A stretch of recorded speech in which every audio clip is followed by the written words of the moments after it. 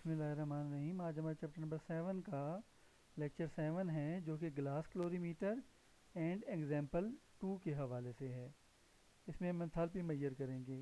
ठीक है, तो measurement of enthalpy of A reaction. आप एंथैल्पी कैसे मेजर कर सकते हैं? तो आपके पास दो तरह के रिएक्शन होते हैं। एक्सोथर्मिक, हमने पहले भी पढ़ा था। एक्सोथर्मिक वो रिएक्शन है जिनमें हीट रिलीज होती है, हरारत खारिज होती है। ठीक है, और एंडोथर्मिक रिएक्शन है ऐसे रिएक्शन जिनमें हरारत जज़ब होती है, एब्ज़ार्ब होती है। वो रिएक्शन जिनमें हीट एब्ज़ार्ब होती है, जज़ब होती है, उनको एंडोथर्मिक रिएक्शन कहते हैं। तो हम इनमें जो हीट रिलीज और हीट एब्ज़ार्ब होती है उसे हम डिटेक्ट कर सकते हैं, निशानदेही कर सकते हैं उसकी, by observing the temperature of the reaction vessel before and after the reaction.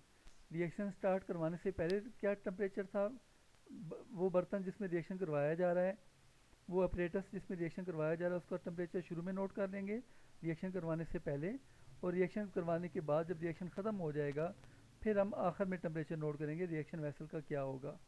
तो वो टेम्परेचर नोट करके हम जो है रिएक्शन की एंथैल्पी मालूम कर सकेंगे। और ये टेम्परेचर कब तक नोट करते रहेंगे? जब तक हीट ऑफ रिएक्शन खारिज हो रही है या एब्ज़ार्ब हो रही है, वो नुमाया तौर पे हमें नज़र आ रही है। यानी जब तक हीट खारिज होती रहेगी हम टेम्परेचर नोट करते रहेंगे, और जब हीट एब्ज़ार्ब जब तक या फिर जब तक हीट जज़ब होती रहेगी हम टेम्परेचर नोट करते रहेंगे। जब हीट खारिज होना या जज़ब होना बंद हो जाएगी हम टेम्परेचर नोट करना बंद हो जाएंगे, जिससे हमें पता चलेगा कि रिएक्शन कंप्लीट हो गया है। जो एक्यूरेट वैल्यू होती है एंथैल्पी चेंज की, डेल्टा एच की जो एक्यूरेट वैल्यू है वो हम मालूम करते हैं कैलोरीमीटर से। तो कैलोरीमीटर क्या है? सबसे पहले हम देखेंगे ग्लास कैलोरीमीटर। ये हमारे पास ग्लास कैलोरीमीटर है, ये एक अपरेटस होता है जिससे हम एंथैल्पी चेंज मालूम करते हैं। ये ग्लास का बना हुआ होता है, इसमें और भी चीज़ें होती हैं, तो हम देखते हैं हम क्या चीज़ होती हैं। पर मोस्ट पर्पज़, बहुत सारे मकासद के लिए ये आम होता है glass calorimeter. Can be use to determine the value of delta H. Enthalpy change की वैल्यू मालूम करने के लिए ये इस्तेमाल होता है। ये आम जो यूजुअल टाइप ऑफ कैलोरीमीटर जो आम हमें मिल जाता है, ये इंसुलेटेड कंटेनर होता है, थर्मोमीटर एंड स्टीयर। इंसुलेटेड का मतलब इसके अंदर जो है वो काटन या इस तरह की चीज़ें डाली जाती हैं ताकि हरारत जो खारिज हो रही है वो ज़ाया ना हो। इसके अलावा इसमें एक थर्मोमीटर होता है और एक स्टिरर होता है। स्टिरर कहते हैं हिलानी, जिससे कोई चीज़ हिलाएं, ऐसी चीज़ जिसे आप मिक्सिंग के लिए इस्तेमाल करते हैं उसको स्टिरर कहते हैं, हिलाने के लिए इस्तेमाल करते हैं ताकि रिएक्शन जो है वो रिएक्टेंट मिक्स हो जाए अच्छी तरह से। रिएक्टेंट को मिक्स करने के लिए जो मतलब राड होता है या इस तरह की चीज़ होती है उसको स्टिरर कहते हैं। ठीक है, रिएक्टेंट इन स्टिशियोमेट्रिक अमाउंट्स। स्टिशियोमेट्रिक अमाउंट्स क्या होता है? जो कि बैलेंस केमिकल इक्वेशन के मुताबिक हो। ठीक है, वो रिएक्टेंट हम रिएक्टेंट उतना लेंगे जितना हमें बैलेंस केमिकल इक्वेशन के मुताबिक चाहिए होगा। यानी एक एक मोल चाहिए या एक का एक मोल, दूसरे का दो मोल चाहिए। ठीक है, तो उसके मुताबिक बैलेंस केमिकल इक्वेशन में जितने रिएक्टेंट के मोल्स होंगे उसके मुताबिक रिएक्टेंट लेंगे, उन्हें हम कैलोरीमीटर में रख देंगे। जब रिएक्शन आगे बढ़ता है तो या तो एनर्जी खारिज होती है या एब्ज़ार्ब होती है। जब एनर्जी खारिज होगी तो सिस्टम वार्म हो जाएगा, गर्म हो जाएगा। जब एनर्जी एब्ज़ार्ब होगी, जज़ब हो जाएगी, तो सिस्टम ठंडा हो जाएगा। ठीक है, temperature of the system record किया जाता है before and after the chemical reaction. यानी कि रिएक्शन स्टार्ट होने से पहले हम टेम्परेचर नोट कर लेंगे कितना है। फिर रिएक्शन जब मिक्स करें, हम रिएक्टेंट को मिक्स करेंगे, तब जो हीट जज़ब होगी या खारिज होगी टेम्परेचर नोट करके हम वो मालूम करना शुरू कर देंगे। और जब तक हीट खारिज होती रहेगी हम जो है मिक्स करते रहेंगे थोड़ा थोड़ा करके, और जो है हीट नोट करते रहेंगे। हम जो है उसका टेम्परेचर नोट करते रहेंगे हर 30 सेकंड के बाद, 30-30 सेकंड के बाद टेम्परेचर नोट किया जाता है। जैसे ही टेम्परेचर चेंज होना बंद हो जाएगा तो हम जो है वो हमारी वो फाइनल रीडिंग होगी। नोइंग द टेम्परेचर चेंज अगर आपको पता चल जाता है, यानी कि इनिशियल टेम्परेचर क्या था, फाइनल टेम्परेचर क्या था, आपको अगर मैस ऑफ रिएक्टेंट पता है, वो जो आपने रिएक्टेंट मिक्स किए हैं उनका मैस वज़न कितना है वो आपको पता है, और स्पेसिफिक हीट ऑफ वाटर पता है। स्पेसिफिक हीट ऑफ वाटर, ये वो हीट होती है जो 1 ग्राम वाटर के टेम्परेचर को रेज़ करने के लिए इस्तेमाल होती है। स्पेसिफिक हीट से क्या मुराद है? 1 ग्राम पानी की जो है 1 डिग्री सेंटीग्रेड टेम्परेचर बढ़ाने के लिए जो हीट दरकार होती है वो स्पेसिफिक हीट कहलाती है। 1 ग्राम पानी की 1 डिग्री सेंटीग्रेड टेम्परेचर बढ़ाने के लिए जो हीट इस्तेमाल होती है उसको स्पेसिफिक हीट कहते हैं। अगर आपको मास पता, आपको टेम्परेचर चेंज पता चल गया, मैस पता चल गया रिएक्टेंट का, स्पेसिफिक हीट ऑफ वाटर पता चल गई आपको, हम हीट क्वांटिटी ऑफ हीट जो इवाल्व होगी, खारिज होगी या एब्ज़ार्ब होगी वो मालूम कर लेंगे। ये क्यों क्वांटिटी ऑफ हीट है ये हम मालूम करेंगे। तो उसमें हमें जो है ये मैस ऑफ रिएक्टेंट पता होगा, एम, एस स्पेसिफिक हीट है वाटर की ये पता होगी, और ये चेंज इन टेम्परेचर, इनको मल्टीप्लाई करेंगे तो हमारे पास क्यू हीट आ जाएगी। यहाँ पर जो न्यूमेरिकल ख़त्म नहीं हो जाता, यहाँ पर जो आपके पास आंसर आएगा वो जोल में होगा, उसको आप 1000 से डिवाइड करके किलो जोल में कन्वर्ट करेंगे, फिर नंबर ऑफ मोल से डिवाइड करेंगे ताकि आंसर किलो जोल पर मोल में आ जाए। ठीक है, तो यहाँ पर आंसर जो होगा वो जोल में आएगा। किस में आएगा? जोल में। यहाँ पर जब आप मैस ऑफ रिएक्टेंट को, स्पेसिफिक हीट ऑफ वाटर को और डेल्टा एच को जो है वो डेल्टा टी को चेंज इन टेम्परेचर को मल्टीप्लाई करेंगे तो आंसर जौल में आएगा। तो जौल को आप किलो जौल में कन्वर्ट करेंगे 1000 से डिवाइड करके, फिर नंबर ऑफ मोल से डिवाइड कर देंगे रिएक्टेंट के, तो आपके पास जो है वो अमाउंट, आपके पास जो है वो किलो जौल पर मोल में आंसर आ जाएगा जो हमारी रिक्वायर्ड वैल्यू होगी। फिर M is mass of reactant, M mass of reactant है ऊपर, S specific heat of reaction of mixture, इस सिस्टम की जो स्पेसिफिक हीट होगी, क्योंकि देखिए ना सिस्टम जो हीट एब्जॉर्ब करेगा ना, कुछ हीट तो सिस्टम एब्जॉर्ब कर लेगा, वो भी हमने लाजमी मल्टीप्लाई करनी है, वरना सिस्टम जो हीट एब्जॉर्ब कर जाएगा वो तो हीट ज़ाया हो जाएगी, वो तो थर्मामीटर पर नहीं आएगी, थर्मामीटर से आप नहीं देख सकेंगे वो। इसके अलावा डेल्टा टी आपके पास होगा, तो ये स्पेसिफिक हीट आपने लाजमी मल्टीप्लाई करनी होती है, क्योंकि सिस्टम हीट एब्जॉर्ब करेगा तो सिस्टम वो हीट ज़ाया हो जाएगी। डेल्टा टी टेम्परेचर, वो जो चेंज इन टेम्परेचर होगा वो आप मालूम कर लेंगे, इन तीनों को मल्टीप्लाई करेंगे तो हमारे पास आ जाएगा हीट इवाल्व जो होगी या एब्जॉर्ब होगी वो आ जाएगी। इनमें जो एम और एस है, ये जो मैस है और स्पेसिफिक हीट, इन दोनों का जो प्रोडक्ट होता है, इन दोनों का हासिल, उसको हीट कैपेसिटी भी कहते हैं।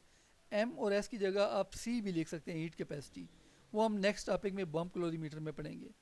एम और एस को अगर मल्टीप्लाई कर दें तो ये कहलाता है heat capacity of the whole system. ये डायग्राम हमारे पास देखें, ये डायग्राम है, इसमें देखें लिड लगा, लिड ऊपर ये लिड लिखा हुआ है, यहाँ पर लिड कहते हैं ढक्कन को। ये थर्मोमीटर है और ये स्टिरर देखें दरमियान में चमचे की तरह, ये चमचा नहीं, आगे यहाँ पे गोल सा ये लूप होता है एक, ये चम्मच तो नहीं होता, लूप होता है एक बना हुआ। तो आप इसमें जो है एसिड डाल लें, पहले सबसे पहले एसिड डाल लें, हीट ऑफ न्यूट्रलाइजेशन अगर हम मालूम करनी है तो, उसके बाद फिर बेस डालना शुरू कर दें और इसको हिलाना शुरू कर दें स्टिरर को। टेम्परेचर राइज होना शुरू हो जाएगा, 30 सेकंड के बाद टेम्परेचर नोट करते रहें, जैसे टेम्परेचर जो बंद हो जाए तो फिर नोट करें कितना टेम्परेचर है चेंज, कितना हाई, कितना हाईएस्ट का टेम्परेचर कितना था वो नोट कर लें, फिर आप देखें टेम्परेचर दोबारा कम होना शुरू हो जाएगा, वो नोट कर लें। तो ये हाइड्रोक्लोरिक एसिड और सोडियम हाइड्रोक्साइड यहाँ पर इसके अंदर डाला हुआ है, और ये यहाँ पर बीकर हैं, ये दो, ये एक अंदर बीकर रखा हुआ है, एक बार दरमियान में काटन वूल रखी हुई है। काटन वूल जो होती है हीट को ज़ाया नहीं होनी देती इतनी ख़ास, ठीक है, हीट को ज़ाया होने से बचाती है। तो ये हमारे पास एक ग्लास क्लोरीमीटर शीशे का बना हुआ है, दो, एक बड़ा बीकर है एक छोटा बीकर है, उसके ऊपर ढक्कन रखा हुआ है हमने, इसमें थर्मामीटर और ये जो है स्टिरर लगाया हुआ है। स्टिरर जो होता है रिएक्टेंट को मिक्स करने के लिए इस्तेमाल होता है, और थर्मामीटर टेम्परेचर नोट हम कर लेते हैं इसमें। तो जो भी हम डालते हैं इसके अंदर, जो भी आप रिएक्टेंट डालेंगे उसका मैस आपको पता होना चाहिए। अब एग्जांपल 2 हम करते हैं, उससे हमें समझ आएगी कि कैसे ये हम जो है वो मालूम कर सकते हैं enthalpy change. Neutralisation of 100 centimetre cube of 0.1 molar NaOH, ये m जो होता है मोलैरिटी को ज़ाहिर करता है, मोलैरिटी होती है number of mole divided by volume in decimetre cube, ये हम अब देखेंगे, मैं आपको समझाऊंगा अभी थोड़ा सा। तो न्यूट्रल 100 सेंटीमीटर क्यूब वॉल्यूम है और 0.5 मोल जो है sodium hydroxide eight 25 degree centigrade, temperature कितना है 25। इसका रिएक्शन करवाया जाता है 100 सेंटीमीटर क्यूब ऑफ 0.5 मोल, ये भी 0.5 मोल हाइड्रोक्लोरिक एसिड है, ये भी 25 डिग्री सेंटीग्रेड पर है। जब ये करवाया जाता है रिएक्शन सोडियम हाइड्रोक्साइड का और हाइड्रोक्लोरिक एसिड का, तो टेम्परेचर जो है बढ़कर 28.5 डिग्री सेंटीग्रेड हो जाता है। तो यहाँ पे ये 25 इनिशियल टेम्परेचर है और 28.5 फाइनल टेम्परेचर T2 हो जाएगा। T2 में से T1 माइनस करेंगे तो चेंज इन टेम्परेचर आ जाएगा।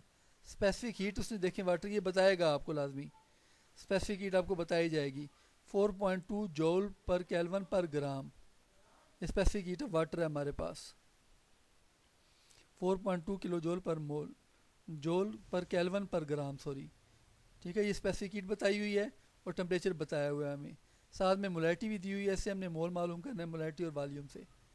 मोलैरिटी और वॉल्यूम से हम क्या मालूम करेंगे? मोल्स, ठीक है। तो हमारे पास जो है सोल्यूशन, हमारे पास स्पेसिफिक हीट कितनी है, स्पेसिफिक हीट S वो 2 जूल पर केल्विन पर ग्राम। इसके साथ डेंसिटी ऑफ वाटर कितनी होती है, 1 ग्राम होती है, 1 ग्राम पर सेंटीमीटर क्यूब, ये डेंसिटी होती है। तो अगर आप जो वॉल्यूम टोटल कितना होगा देखें ना, वॉल्यूम जो है 100 सेंटीमीटर क्यूब जो है ये वॉल्यूम ये सोडियम हाइड्रोक्साइड का है, और 100 सेंटीमीटर क्यूब जो वॉल्यूम है ये उसका HCl का। 100 + 100 कितना हो गया, 200, ये वॉल्यूम है। वॉल्यूम को अगर आप मल्टीप्लाई कर दें डेंसिटी से, डेंसिटी कितनी है 1, डेंसिटी कितनी है 1, तो वॉल्यूम 200 है टोटल, 100 100 200 हो गया। तो अगर आप इसको वॉल्यूम को मल्टीप्लाई कर दें डेंसिटी से तो आपके पास मैस आ जाएगा। वॉल्यूम मल्टीप्लाई बाई डेंसिटी 1 जो है 200 मल्टीप्लाई बाई 1, ये हमारे पास ये मैस आ जाएगा 200 ग्राम। सोल्यूशन का मैस हमने m मालूम कर लिया, ये हो गया total mass of the reaction mixture m। ऊपर s था, ये m आ गया। डेल्टा t मालूम करेंगे, 28 - 28.5 - 25, ये आ जाएगा 3.5 डिग्री सेंटीग्रेड। 3.5 डिग्री ये चेंज इन टेम्परेचर है। जितना change in temperature degree centigrade में होगा इतना ही केल्विन में होगा। याद रखें, आपने इसे केल्विन में कन्वर्ट नहीं करना। चेंज इन टेम्परेचर केल्विन में और डिग्री सेंटीग्रेड में बराबर होता है। आप इन ये जो टेम्परेचर है ना 28.5, इसको केल्विन में चेंज करें, फिर 25 को केल्विन में चेंज करें, फिर माइनस करें, आपके पास केल्विन में आंसर 3.5 ही आएगा। ठीक है, तो ये जो चेंज इन टेम्परेचर होता है डेल्टा टी, ये जितना डिग्री सेंटीग्रेड में होगा उतना ही ये केल्विन में होगा। आपने 273 जमा नहीं करने, यहाँ पर आपने 273 जमा नहीं करने।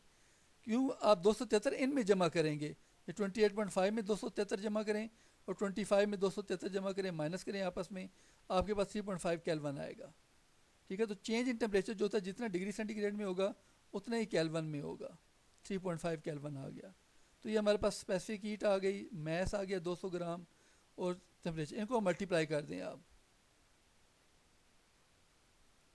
अब इसके बाद नंबर ऑफ मोल भी चाहिए होंगे हमें। तो नंबर ऑफ मोल के लिए हमारे पास डाटा देखें क्या है आपके पास। मैं आपको बता, नंबर ऑफ मोल के लिए वॉल्यूम हमारे पास कितना है। आप एक रिएक्टेंट का जो है ना नंबर ऑफ मोल मालूम कर लें तो दूसरे की भी उतने ही होंगे, क्योंकि दोनों का जो है मोलैरिटी और वॉल्यूम बराबर है। ठीक है, इसका देखें यहाँ पर वॉल्यूम 100 है और इसका जो है नंबर ऑफ मोल जो है मोलैरिटी जो है 0.5 मोलैरिटी है। इसका भी जो वो मोलैरिटी 0.5 है और वॉल्यूम 100 है। आप एक जो है रिएक्टेंट का, एक रिएक्टेंट की जो है वो नंबर ऑफ मोल मालूम कर लें। अब मैं आपको कैलकुलेशन करके दिखाता हूँ कि नंबर ऑफ मोल जो हैं वो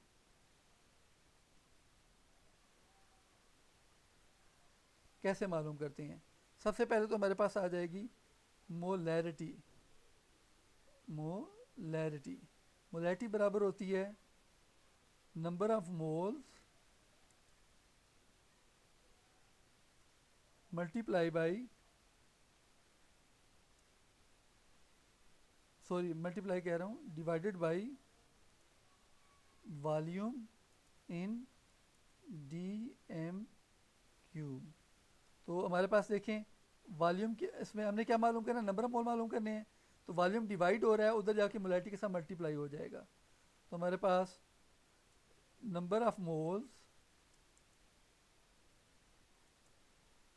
is equal to molarity multiply by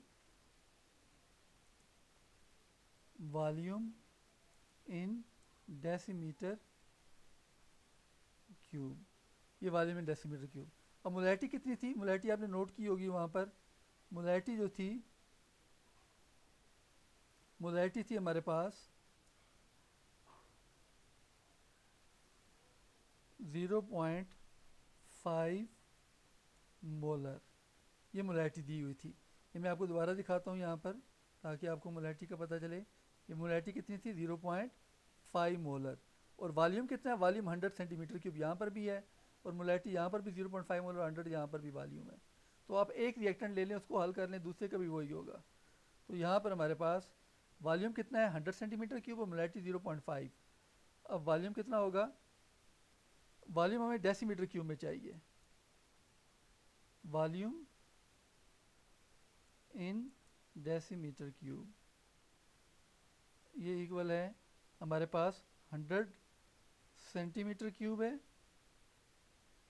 इसको डिवाइड करें 1000 से,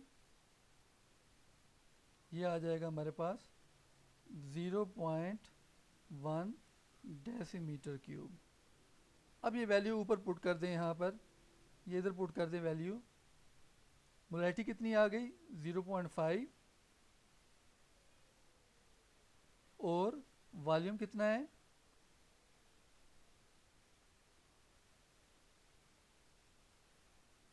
वॉल्यूम है 0.1। तो ये इसको मल्टीप्लाई करेंगे, आंसर कितना आएगा 0.1 को 0 को ये आ जाएगा 0.05 मोल्स।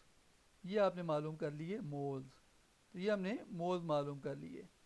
तो ये इस तरीके से हम नंबर ऑफ मोल मालूम करेंगे।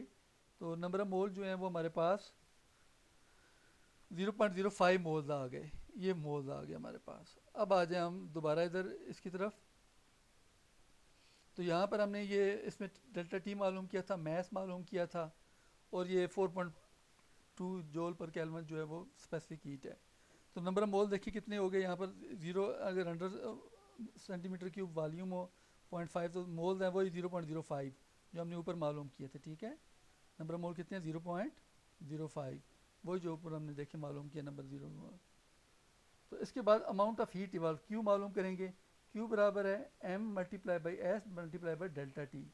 m कितना था 200 ग्राम मास था, और स्पेसिफिक हीट 4.2 जूल पर ग्राम पर केल्विन, और टेम्परेचर जो चेंज था डेल्टा टी 3.5 केल्विन पर केल्विन। केल्विन से कैंसिल हो जाएगा, पर ग्राम ग्राम से केल्विन कैंसिल हो जाएगा, और हमारे पास बचेगा जो है ये जोल बच जाएगा। मैंने आपको पहले बताया था जब आप इन तीनों को मल्टीप्लाई करेंगे तो आंसर जोल में आएगा 2940 जोल्स। इस जोल को आप किलो जोल में कन्वर्ट करेंगे कैसे, आप इस जोल को 1000 से डिवाइड कर देंगे तो 2.94 किलो जोल आ जाएगा हमारे पास। 2.94 किलो जोल आ जाएगा हमारे पास। Q is equal to minus 2.94 kilo joule when this heat is divided by number of moles. अब ये किलो जोल, अब चूंकि हीट एक्सोथर्म में क्या ना रिएक्शन में देखें अमाउंट ऑफ हीट इवाल्व की बात हो रही है। हीट इवाल्व होगी तो यहाँ पे आप माइनस का साइन लगाएंगे, हीट इवाल्व होगी तो यहाँ पे आप क्या साइन लगाएंगे माइनस का, माइनस 2.94 किलो जोल। लेकिन हमें चाहिए यूनिट किलो जोल पर मोल में। तो जो ऊपर आपने नंबर ऑफ मोल मालूम किए हैं यहाँ पर हमारे पास ये जो 0.05 मोल्स हैं, इन मोल से आप इस किलो जोल को डिवाइड कर दें तो आपके पास एंथैल्पी ऑफ न्यूट्रलाइजेशन आ जाएगी डेल्टा एच एन नॉट। ये एंथैल्पी ऑफ न्यूट्रलाइजेशन आ जाएगी आपके पास। ये 2.94 किलो जोल जो है जो आपने हीट मालूम किया हीट इवाल्व, इसको आपने नंबर ऑफ मोल 0.05 से डिवाइड कर दिया तो आपके पास आ जाएगा माइनस 58.8 किलो जोल पर मोल। देखिए हीट ऑफ न्यूट्रलाइजेशन कितनी थी, हमने पीछे पढ़ी थी डेफिनेशन लास्ट लेक्चर में माइनस 57। तो ये माइनस 57 के करीब करीब वैल्यू आ रही है, माइनस 58.8 किलो जोल पर मोल। ये किलो जोल पर मोल देखिए आप किलो जोल पर मोल में आ गई तो ये हीट कांस्टेंट रहती है जब एसिड स्ट्रांग हो बेस स्ट्रांग हो। तो माइनस 57 के करीब करीब वैल्यू आई है, माइनस 58.8 किलो जोल पर मोल। ठीक है, तो ये हमने हीट ऑफ न्यूट्रलाइजेशन मालूम कर ली। तो यहाँ पर जो है ये क्यू एम एस ये तो सिंपल है, यहाँ तक जोल में आया किलो जोल में कन्वर्ट किया। इसके अलावा आपको क्या चाहिए होता है, इसके अलावा आपको ये मोल्स चाहिए होते हैं। ये मोल्स जो होते हैं ये आपको किलो जोल को आप फिर मोल से डिवाइड करते हैं 0.05 मोल, तो आपके पास किलो जोल पर मोल में आंसर आना चाहिए। ठीक है, ये एंथैल्पी ऑफ न्यूट्रलाइजेशन हो जाएगी। तो आज का लेक्चर यहाँ पे ख़त्म करते हैं, इंशाल्लाह नेक्स्ट लेक्चर में देखेंगे। ये एग्जांपल लाजमी कीजिएगा।